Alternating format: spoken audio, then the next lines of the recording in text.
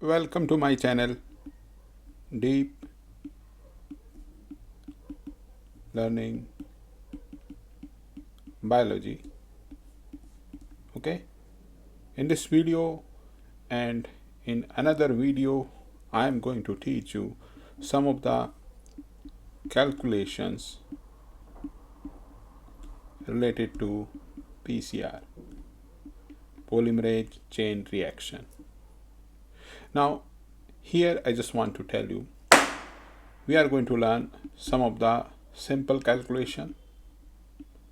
Okay, for example, I am going to teach you how to calculate the TM value, melting temperature of DNA. Here we are also going to learn very simple, that is fold amplification. Okay, fold amplification of DNA, which is going to occur during the PCR reaction. And finally, we are also going to discuss the efficiency based calculations. Okay, some of the calculation in which we are going to take into account the efficiency of PCR reaction. Okay, so let us solve. Okay, you will learn better. Okay, so let us discuss about the melting temperature of DNA. Try to see here. You know very well, DNA, it is double stranded. Okay, you are going to have two strands of DNA. Okay, now if you are going to heat the DNA, okay, if you are going to heat, you are increasing the temperature slowly. What will happen? The two strands of DNA, they will start separating. Okay, in between them there are hydrogen bonds. Okay, so here you are going to have hydrogen bonds between A and T and between G and C. Okay, initially within the double stranded DNA, where you are going to have more number of 80 base pairs, there you are going to see separation of DNA. Okay, try to see here, in between A and T you are going to have two hydrogen bonds, and between G and C you are going to have three hydrogen bonds. So here, if within the DNA you are going to have more GC content, the region where you are going to have more GC content, that region will be strongly paired. So here within the DNA where you are going to have more 80, okay, so that region will start separate initially. Okay, so here when you are hitting DNA, what is happen? The strands of DNA where you are going to see that pairing is not strong, and here it is at where we are going to have 80 base pairs, the DNA, it will start melting, the two strands, they will start separating. And if you are going to increase the temperature, okay, so a point will reach, okay, when both of the strands, they are half separated. Okay, it may be in many ways. Okay, so when the two strands of DNA, they are half separated, okay, so that point is known as TM. Okay, and if you are going to increase more temperature, okay, then the two strands, they will separate completely. So here you see, initially what you are going to have, the two strands of DNA, they are packed, you can say together, they are together, okay, completely together. When you are going to heat, a point will reach, okay, when the both of the strands, they are annealed half, or you can say both of the strands, they have separated by 50%. That point is known as melting temperature. Okay, so here at the point where you are going to see the TM, okay, it is actually the melting temperature of DNA. And here keep in mind, here your both strands, they are 50% annealed, or you can say 50%, okay, separated. Okay, now try to see here. Okay, it can be many ways. Okay, let's suppose this is your DNA. Okay, it is 50% annealed and 50% separated. Okay, now if you are going to, okay, and let's suppose here this reaction is going to occur at a temperature like 50 degrees Celsius. Okay, let's suppose there is DNA which is going to have this Tm value 50 degrees Celsius.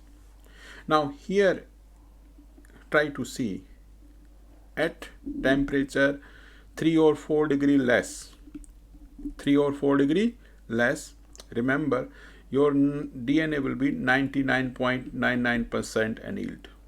Okay, so if you just come something like 46 degree, 47 degree, okay, both strands they will be 99.99% annealed.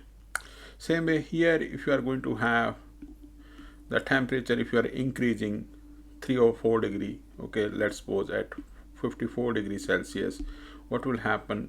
99.99% separated, completely separated. Okay, so this information is widely used to decide what is going to be the annealing temperature in the PCR reaction. Hopefully you remember in the PCR reaction, okay, generally we are going to have 3 steps: denaturation. Okay, generally it is being carried out at 94 degrees Celsius, 94 degrees Celsius. Then you have annealing of the primers, okay, and then you have extension.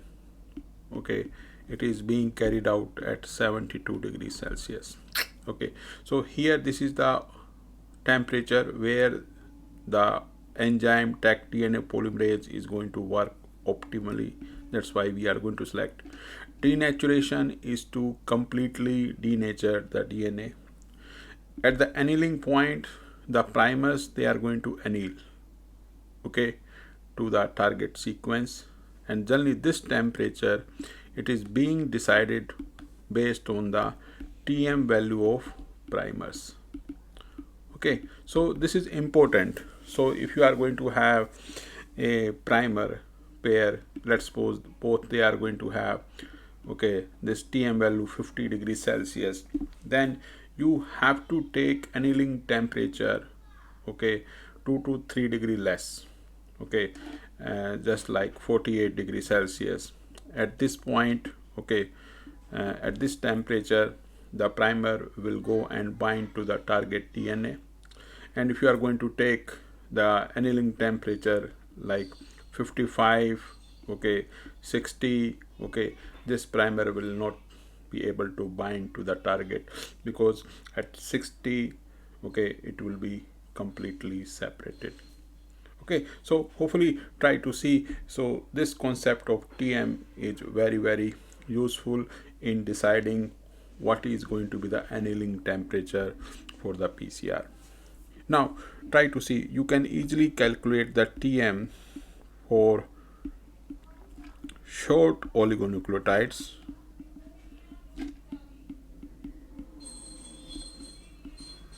Okay, just you have to use the relation Tm is equal to 2a plus t plus 4g plus c. Okay, let's suppose you are going to have a sequence like this: a t g c g c g c a t t g c a t t g c g. Okay, now here you have to calculate, okay, number of a and t: 1, 2, okay, 3, 4, 5, 6, 7, 8, 9. Okay, so here if you see, Tm will be 2 into 9, a plus t here is 9 plus 4 g plus c. 1 2 3 4 5 6 7 8 9 10 11. Okay, please check, hopefully I have not done any mistake. Okay, so here you see 2 into 9 18 plus 11 44, and if you are going to calculate now, you can see the temperature is 8 4 12. Okay, 415 62. Okay, so here hopefully you have learned how to calculate the TM. Okay, so it is quite easy.